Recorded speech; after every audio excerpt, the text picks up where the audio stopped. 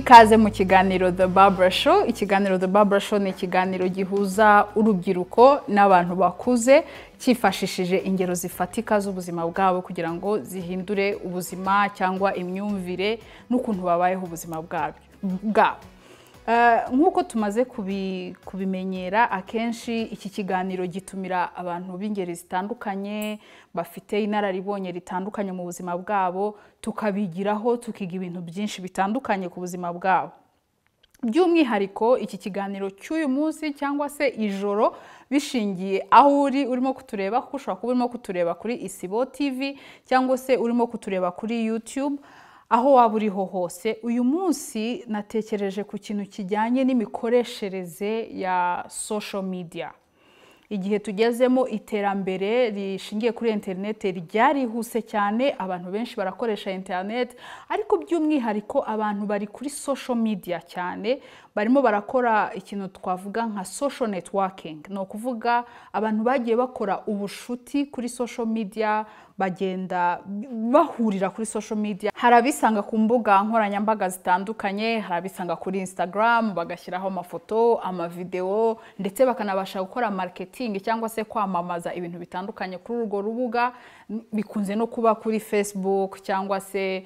no kuri Twitter. Kuri Facebook abenshi niho twatangiriye, ariko ubu dusa nkaho twimukiye kuri Instagram. Hari abari kuri Twitter ndayikunda cyane, usanga hariho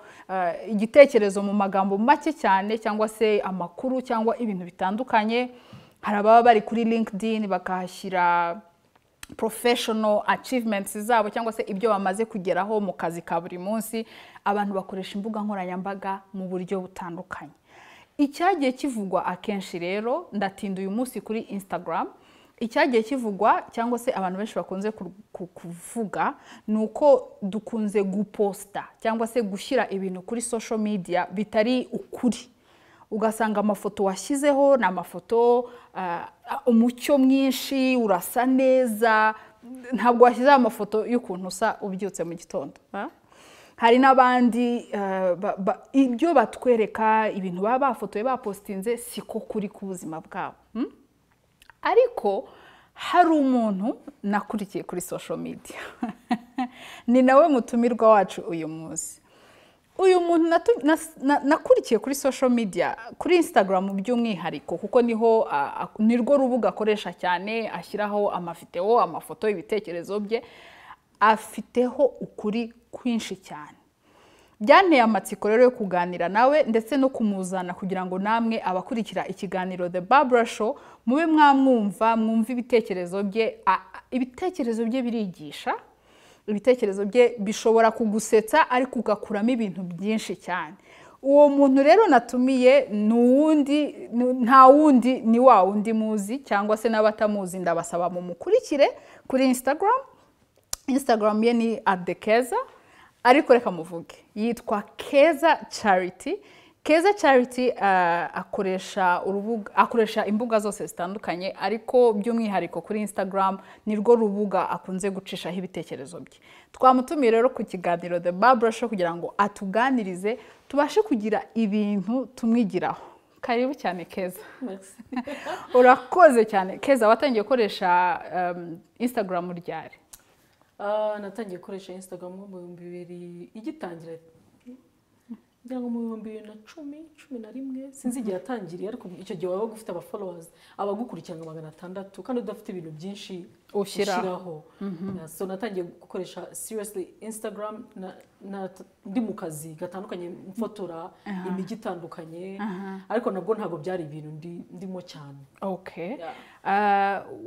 Byaje gukomera ryari rero, cyangwa se watangiye kugira aba followers benshi ryari? Natangiye kugira aba followers batangiye kubona ko icyo gihe akazi nakoraga karako mu ndege, kandi nkora muri kampanye nziza cyane yo muri Middle East. So abantu bakabona amafoto nshyiraho, nagiye aha, ngira nka followers 3000, ngera kuri 3500, ariko ahantu byashutinze bikagera mu 10,000 byari igihe nsohora video imwe turayivuga abantu bose barayibona, ariko nabyo ni ibintu ntigeze ntegura. So nararyamye mfite 3000 followinga, mbyuka biri kuri 15. Wow. Ya literally ayo masaha ageze nko kuri 12 kubera iyo video washyize video ya okay ntabyo nari nzi pe ndagufollowinga cyane urakoze cyane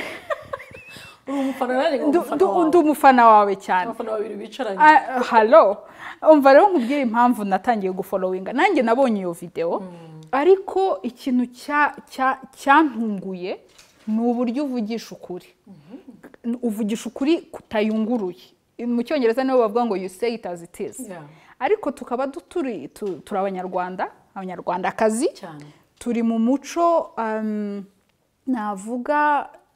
uha agaciro the value cyangwa se indangagaciro kuvugisha ukuri nyamara nituvugisha ukuri ntabwo umuntu akubwira icyo atekereza ahubwo akwereka icyo yatekerezaga kandi nabwo bikakugora kubigeraho nyuma hirya no hino none rero wowe kugira ngo ujye kuri social media unavugisha ukuri byaje gute so nasanze abanyarwanda kenshi abantu muri rusange dufite ikintu cyo kutavugisha ukuri ariko tukakivuga ku ruhande ushobora kunkomeretsa cyangwa se ukankorera ibintu bibi simbikubwire nkabibwira undi muntu biguma iyo utabibwiye uwo muntu wabiceceka nubwo byapfa ubiceceka ukababara ugaceceka ariko ubwiye undi muntu urimo urica reputation y'umuntu wo wundi kandi nyamara akabimubwira ukamubwira uti Barbara wankoze ibi bintu ashobora kuvuga ati ntabwo nari mbigendere birangire so nsanga tuba mu buryarya niko nabyita uburyarya bwinshi turakomerekezanya turababazanya ni ibintu ni generation y'ibintu bigiye bizirikanye numva uwavuga uko ibintu bimeze byakoroha uko biri kuko video yanjye ya mbere nakoze ni yindi ngo ko wabyibushye numva urambaza ko nabyibushye ni ikibazo se musobanurire gute njya kane ku munsi mfite imiti ndimo kumva biri very personal kandi kuntu bivuze wenda nawe ntabwo bigendere nabi ariko urankomerekeje wenda mu bihe nshaka kunanuka ibintu bitandukanye utwo tujambo nsanga turimo turababazanya either uvugisha ukuri cyangwa se uceceke so nsanga reka tuvugisha ukuri tujye tuvuga ibintu ukuntu biri hari n'igihe n'umuryango wawe uvuga ko nawe Keza uvuga ibintu by'ukuri bikabije ariko usanga buri ukuri guca mu ziko ntigushye ni kwa kuri niko kumeze ariko nanone hari ukuri tuvuga dushaka gukomeretsanya ariko nakabaye mvuga wabiceceka ahubwo kugira ngo bivuge hari n'ukuri umuntu akubwira atakukubwiranye umutima mwiza ashaka kukujomba kandi ibyo bintu rwose turabasitari muri ibyo bintu abanyarwanda dufite urukombe muri ibyo bintu n'uwitwa ko yavugishije ukuri ni ukuri ko nabeshaga se oya ariko ukomerekeje umuntu truly so iyo ubiceceka ukuri kudafite ikintu cyiza kuzana cyangwa kudashyira umucyo ku kintu cyari cyarayoberanye kwapfuma ahubwo guceceka kugira ngo umbwire ngo amagambo y'abanyarwanda nayo uratumbye none urangana gutya wanamubaza ko icyo uvuga ariko mvugishije ukuri no ijambo ukoresheje gutumba nicyo kibazo so nsanga hari ibintu abanyarwanda tutagira cyane tugira ibintu biri personal kuvuga ngo ntumbwire ibintu binkomeretsa ntabwo tubivuga uraceceka ugakomeretswa ugakura nawe uko ukomeretse nuko ukomeretsa abandi ugasanga ni center y'imishiha y'abantu barakaye abantu bababaye why harabura umuntu uvuga uti wimbwira ibi bintu birambabaza so wowe uragenda ufashe ukuri uguhuje na social media na comedy igitekerezo cyo kubishyiramo comedy cyaje gute iya mbere nakoze buriya nta nubwo yari comedy nari mbabaye ya mbere video nakoze kubera ko ibihe nari mu gucamo maze gusubira ku murongo maze kurya maze ubuzima bwanjye kwa kuno bavuga wari ubabaye kubera iki nimbana ni ibintu ni life nari naraciyemo ndakomeretswa cyane ngeze no mu buzima mvuga ngo ni bwiza ubuzima buzira umuze healthy wise nari ndwaye ndakomeretswa cyane abantu batazi ko ndwaye none nakize mvuze ngo ndi muzima nta ndwara mfite ntangira gukomeretswa nuko ngo niyongereye ibiro cyangwa se nicaye imeze neza ni iki urabyibushye urabyimbye so zigaye ungana uteye amagambo ameze ariko nsanga nta muntu uzashimisha abantu bose so ukuntu nakoze iyo video nimo kubwira abantu ni ukubera iki wumva ko ufite opinion kuri njyewe ku buryo nsa ku biro mpima ku ruhu rwanjye ku maso ni ibiki ni ukubera iki ufite opinion kuri njyewe utanangaburira nari ndakaye usubiye inyuma ukareba iriya video ntabwo nasekaga abantu bayibonye yakoze ku bantu benshi ntashobora kubara mpita menya ko hari ukuri kurimo nubwo nabivuze ameze gutyo harimo ukuri kuko abantu baratwinjirira no mu ntambara turimo kurwana natwe ubwacu zirimo imbere kandi batazizi ntabwo bazizi barakureba appearance yawe gusa bakakujudging accordingly banza bakakuha iryo jambo riri bugukomeretse ukagenda ukaryamana naryo ukaryibazaho rikagustressa njyewe rero ndari gusigira nanjye bakubwira urarimusubiza nanjye ndari gusubiza kukubwira ibyo bintu ku myaka yawe uvuze ibintu bibabaje cyane ntabwo ushobora kunjanjiga bigeze aho ngaho wowe se urabona uri perfect nawe ugasigara ubitekerezaho ntabwo turimo kurwana ariko I'm just making you feel the taste of your medicine umuti umpaye nawe wumweho tuwumwe noneho tuwusangire umva uko bimera so comedy byaje nyuma ariko comedy video yanjye ya mbere ntabwo yari ya comedy nari mbabaye kandi nsanga abantu banyandikiye bose bari bafite icyo kibazo atuvumara kubyara urimo konsa ukamara amezi 6 uri mu rugo wagaruka wasubira ku kazi nta kintu cyambere bakubwira urabyimbye uratumbyura ganagaza amagambo reka nkubwire tuvuga ibintu biri insensitive ibintu bitishyira mu mwanya w'uwo muntu uhuye n'umuntu first of all icyambere iyo twise turabyibuha ikindi akakare mu buzima bwiza rega turabyibuha no hari ikibazo gihari hari ukuntu societe yumvishije ko kubyibuha ari ububi donc umwiza nuwunanutse abagore bananutse turabakunda cyane rwose nanjye nari nanutse cyane ariko Yesu ni mwiza asagira neza ariko society yes normality ya society umuntu ubyibushye ntabwo bivuze ko ari mubi kuko ashobora kuba afite health ameze neza kandi niyo yaba adafite health imeze neza ntabwo ari business yawe umuntu ashobora kubwira ko mana yanjye ukagira ngo oh my goodness hari iki nakoze ku buryo umuntu ashobora gutangara bikamufata iminota 2 kundeba hejuru no hasi no kuvuga ukuntu ingano yanjye gutwaye iki noneho ugasanga rero uri nk'umudamu umaze kubyara urabyibushye cyangwa waranananutse warwaye ikintu kikunanura ufite imiti wafashe umuntu akakubwira ati uko kuntu ngana hari n'ikindi kintu kijya kimbabaza urabona hari ukuntu umuntu akora ubukwe bamara gukora ubukwe ntimuhite mutwita ngo mubyare uwo muntu buri gihe muri societe bagahora bamubaza nturatwita se nturabyara mwarifashe kandi wenda arimo kurwana n'urugamba rwa fertility kutatwita personal privacy personal nta kintu kimwe nta haryo gusaba byita utimgira ngo nakwa kundi naba mfite ibibazo byanjye muri personal ntashaka abantu bamenya hanze nzaze ngubwire gahunda yo kwa muganga nagiye minshuro 5 nibwo uzabyumva no ni ngombwa se ntago ari ngombwa uranyishimiye ndakubonye uri muzima ndi muzima well and good imana kuki turimo kudiginga in some ariko sura ko atarashaka se wowe se ubwibazo ufite natwe tubijyeho tubyandike list you understand are we bored ntago nzi niba turi bored niba nta kazi dufite are we idle ntago nzi niba hari ikintu muri societe nyarwanda tubura kugira ngo tube busy ku buzima by'abandi afite inkumi yujuje mu nzu nta n'umurasabwa wow wowe umuturanyi wawe urimo kukuvuga like I know ntago biri interesting nagiye gusanga nsanga ngira ngo ni nko kuba mu bihugu byo hanze nsanga societe nyarwanda uko turimo gutera imbere ni mu mutwe wacu tugomba gutera imbere Kigali is amazing u Rwanda rurubashywe n'u Rwanda rugwiza ariko mu bitekerezo byacu na societe nyarwanda are we progressing wow kuko abantu benshi they came for me uravuga ibyo kuko wakomeretse ntumeretse nagenda nkajya turagaruka mu kanya tuvuga aba trolls abantu baba bawukurikira ku mbuga nkoranyambaga bakagutekerezaho ibintu bitandukanye ukomeje gukurikira ikiganiro The Barber Show ikiganiro The Barber Show gitambuka buri munsi ku cyumweru kuri Isibo TV abafite Star Times abadafite Star Times tukabasaba ko mwanyarukira kuri YouTube mukagikurikira channel yitwa The Barber Show murabibona aho hasi muduhe subscribe yanyu, murabizi ko nyambabwira ko mbashimira ku bwa subscribe. Hanyuma mu kanya turagaruka, tugiye kwamamaza, turagaruka tuvuga kuri kino kintu cyo gukoresha imbuga nkoranyambaga kuvugisha ukuri. Turi kumwe na Keza Charity, ariko abenshi mu muzi nka The Keza. Nawe mu kanya.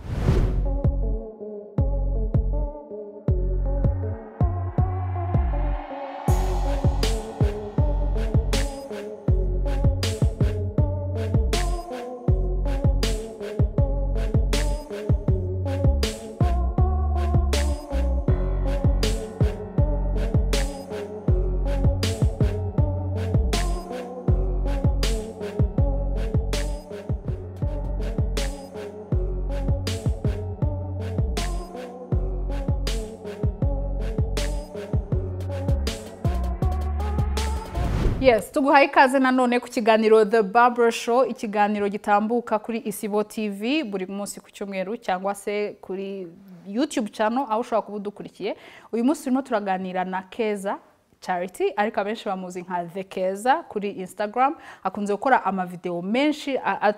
ahugura, akatwigisha, akadukebura, tukabireba tugaseka, ariko ibintu abavuga biba biri mu kuri. Keza, twarimo tuvuga uburyo Abanyarwanda tuvuga ibintu biri off, nimba ariko navuga, kandi tukabyita ngo no kuvugisha ukuri bitatwubaka, ugasanga ahubwo umuntu aragukomerekeje cyane kuruta. Yes, so wowe wahuje ukuri na video gute? Kuko ukuri na social media, kuko hari n'indi video wigeze gukora ivuga guhana inzira mu muhanda. Ariko Abanyarwanda kuki mudahana inzira mu muhanda, ko uyu muhanda si uwawe, twese turawusangiye. Watangiye none wiyemeje gute gutangira kugihuza kwa kuri wumva tunatinya kuvuga, ariko ukakuvuga mu buryo busekeje, ko mu buryo bufasha umuntu? So social media, kangubwira ukuntu ngiye mfata social media, nyifata nkaho ni nka micro urimo kuvugisha abantu bateraniye ahantu hamwe, ariko abari bukubone bakakumva ni bamwe na bamwe, niyo mwaba muri ahantu hamwe. So nasanze ukuri kwanjye nta handi kantu kuzaca uretse kuri social media, kuko twese dufite different things dushira kuri social media. Hari abantu bashyiraho gusa amagambo, ariko njye nasanze video zanjye niba ari zo kuvugisha ukuri kandi koko ndabishaka, abantu benshi mbageraho kuri social media. Ntabwo nishushanya kuri social media, nabyuka nkafata video niko ndi posting, nashyiramo filter yo kuri Snapchat niko ndi posting, naba ndi kumwe ni gutyo. Numva ko social media abantu bagifashe nkaho ari ni nk'ibintu atari by'ubuzima busanzwe, ariko nyamara bifashe ukayikoresha muri ubwo buzima busanzwe, ushobora no gutanga inkuru abantu benshi bakayumva. Yego. So icyo gihe ntanga iyo video yo gutanga inzira byari bimaze kumbaho, nihe hano nari kubishyira atari kuri social media. Akiriya video yagiye viral, kuko byari bimbayeho kuri ikibazo twese duhura nacyo mu muhanda. Hafi yo kuri KBC, muneza batwima inzira, turamwemera ngaho nyuraho, tumugeze imbere tumusanga kuri feruje. Naramusetse mani bare. Ariko nasanze so ubu ngubu nk'iyo message nari kwitanga gute atari kuri social media? Hahandi uza nari kubahamagara. No, social media it's a tool. Ni nk'igikoresho ugomba kugikoresha wisely. So ngewe nahisemo ukuri kwanjye, ikizaza kinza mu mutwe,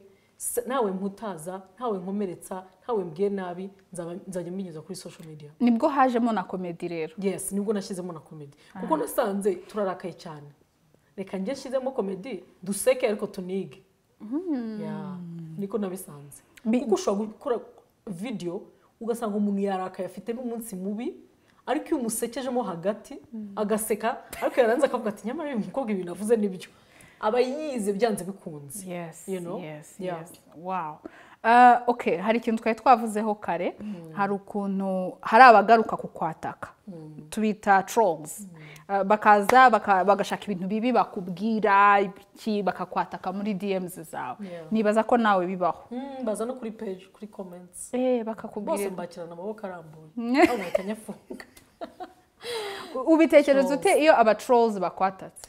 So aba trolls buri muntu atanga icyo afite muri we. Ntabwo watanga ubumuntu udafite ubumuntu muri wowe, ntabwo washobora gukunda udafite urukundo muri wowe. Icyo utanga mba numva nge first of all mbagirira imbabazi, kuko niba uje ukansanga kuri page yanjye sinkuzi, ntituraye twahura, sindakubwira nabi, just because na postinze video ukaza uvuga ibigambo bibi, icyambere ndabanza ngagusengera. ntago byose mbiseka urabanza ugatuza ndabanza ngatuza kuko nanjye ndi umuntu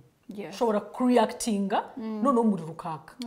abenshi ndiactingaho nuko mbashaka kubigisha nkababwira so what's your idea ko uje umbwira nabi kuri page yanjye wowe ubitekerezaho iki iyi video maze gukora akabura icyo asubiza so iyo abuze icyo asubiza aho ngo nibwo ubona yo yari mu mwanya mubi wo kurakara buryo urwango turarwiga nta muntu uvukana urwango turarwiga uko tugenda dukura ibintu tubona mu bantu amafilme tureba n'ibiki byose so ntago musubizanya urwango iyo mbonye birenze ndabideletinga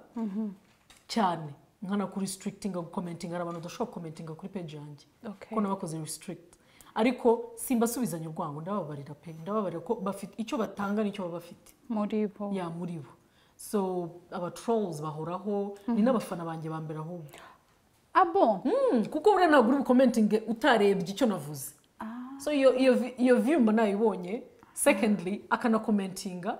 ariko si comment yaba idafasha abantu cyangwa itamfasha hamubwiye impamvu nabikoze ntabona atisobanura hari abantu badafite ibyo bakora ntayisiba ntabwo rwose trolls ba moving ntabwo bishoboka hanyuma abagufana bari positive ugahura n'umuntu nk'uko twahuye nkakubwira nti video zawe ziranyubaka uransetsa mu gitondo kuri Instagram wumva umeze gute sinzi bintera courage zo gukora ibindi bintu byinshi cyane byinshi so ndaweyinga ndabipima ibaze gura na Barbara wanze ukamugereranya na troll troll ahita yibagirana nta nubwo ushobora kumutekereza so Barbara nibo mbashaka kandi buri genda babona mu ma DMs zanjye baranyandikira abantu benshi baranyandikira which is ni the most positive thing bituma I'm doing something right reka nkomeze muri birandenga nkabyibazaho nkimbaza nyagasani jewe video zawe ziransetsa the comedy n'ubuhanga mbona ari ubuhanga kuvanga urwenya n'ukuri biranafasha n'umuntu biranyorohera kwicara nkavuga ariko ibintu Keza yavuze nubwo twabisetse yavuze ukuri that's my goal nibyo nashakaga ntabwo ndi umuntu uri very serious Barbara ntabwo ndi umuntu uri bwicara amasaha 5 ngo ari si oya useka ariko wige bigendane aho ngaho everything life is never that serious ushiramo komedi ugaseka ubuzima bugakomeza dusoza kino kiganiro turi mu ntangiriro z'umwaka wa 2021 covid irahari ntituzi igihe bino bintu iyi situation izarangira ariko habayeho inkingo hari ibintu I'm very sure ko hari ibintu byinshi umaze kubona bituma utekereza utuntu twinshi ni ubuhe butumwa wageza ku muntu udukurikiye umuntu udukurikiye uyu mwanya kuri The Barber Show fatanye na covid oya bifatanye n'ikindi gitekerezo cyose waba ufite ikintu umaze iminsi utekereza ntekereza nuko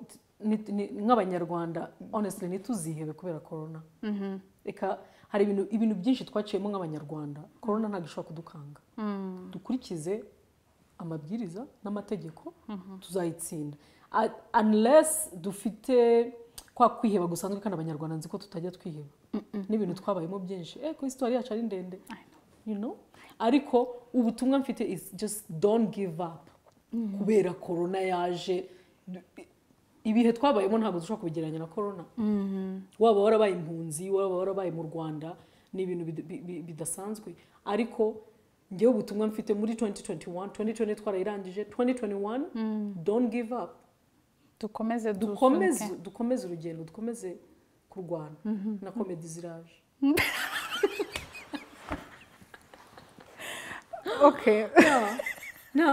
yes hari utuntu uduteganirije uyu mwaka tuzaza twinshi kabisa ndacyahuze Keza ukora video zibwiza abantu ukuri ese wowe iyo muhuye nawe ntibakubwiza ukuri barabitinya buriya ndatinyitse barabitinya kubikubwira ntabwo uzi ikintu kinsetsa nuko ushobora gukomplimentinga umuntu ariko utamubwiye ibirapima ibyo ari byo ko buri ibiro ni gravity ibiro byaba bike byaba byinshi ni gravity usunsanze n'imbyandi busy urambwiye ngo ndabyibushye mbireke kurya ntabwo nzabireka ariko impamvu nyanga abantu babitinya nuko ukuntu nabivuze abantu bakagira ngo shira isoni ariko nazo ndazishira iyo bibaye ngombwa ndi protecting nkanjye ntago rwose ngende gutahana igikomere ndakigusigira so niba utinya kundeba ngo umbwire ngo Keza warabyibushye urasa hari ukuntu umuntu abivuga ntago mbyanze rwose no muri family batinya kumbwira ngo Keza yarabyibushye bivuga ariko bivugana umuntu ubivuga ntago there's a difference Barbara ni murana nawe ngatangiye kugutakira nkaho wameze amahembe no so batinya kumbwiza ukuri ariko ntacyo ukuri muzajye mukumbwiza Keza tujye tumubwiza ukuri ariko bigaruka kuri cya kintu wavuze kumenya uburyo bwiza uburyo bivuga mu kera umukobwa yarakoraga akanywa amata umukobwa yari ubyibushye usa neza ushishe babyita mu Kinyarwanda gushisha right ariko uburyo ababyeyi bacu babitubwiraga ntago bakubwiraga ngo uratumbye urangana na oya niyo subject natinzeho cyane I don't know why ariko hari uburyo babikubwiraga mama urasa neza urasa neza umukobwa mwiza natwe tukumva turatese ariko ubu harimo ibintu by'imishiya myinshi cyane Barbara ni struggle it's a struggle ariko tuyirimo ariko tuzabigisha ukuntu bazajya bavuga neza urakoze cyane yes muramwumvise uwo ni Keza abenshi muramuzi kuri Instagram nka The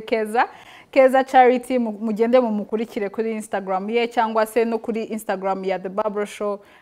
murasanga namutaginze mu following afite ibitekerezo byinshi bishobora kudufasha guhinduka kandi bijyanye n'ukuntu iki kiganiro giteye gusangira ibitekerezo bituma ubuzima bwacu buhinduka ndagushimiye rero kuba wadukurikiye nkuko Keza yabivuze twige gukuramo ubusharirizi mu mitima yacu cyangwa se gusharira imitima yacu yuzure urukundo imitima yacu yuzure ibintu biryoshye nujya no kubwiza umuntu ukuri ubanze wishyire mu mwanya wawe wibaza uti se uyu ari jewe babwiye gutya nabyakira ari jewe basubije gutya nabifata gute ese uru rubanza ngiye gucira umuntu jewe barunshiriye cyangwa se nimba ngiye kuvuga umuntu nabi jewe bamvuze gutya nabyakira gute ukuri kose mu gifaransa bavuga ngo tout vérité n'est pas bonne à dire hari n'ukuri kutari ngombwa kuvuga hari n'ukuri kutubaka ahubwo gusenya ibisenyutse Imana iduha ubwenge bwo kumenya uko duhuza ibitekerezo dushaka gusangiza abantu ndabashimiye cyane rero kuba mwakurikiye ikiganiro The Barbara Show nkuko buri gihe nkuze kubikora mbifuriza umugisha w'Imana Imana ibaha umugisha urakoze gukurikira ikiganiro The Barbara Show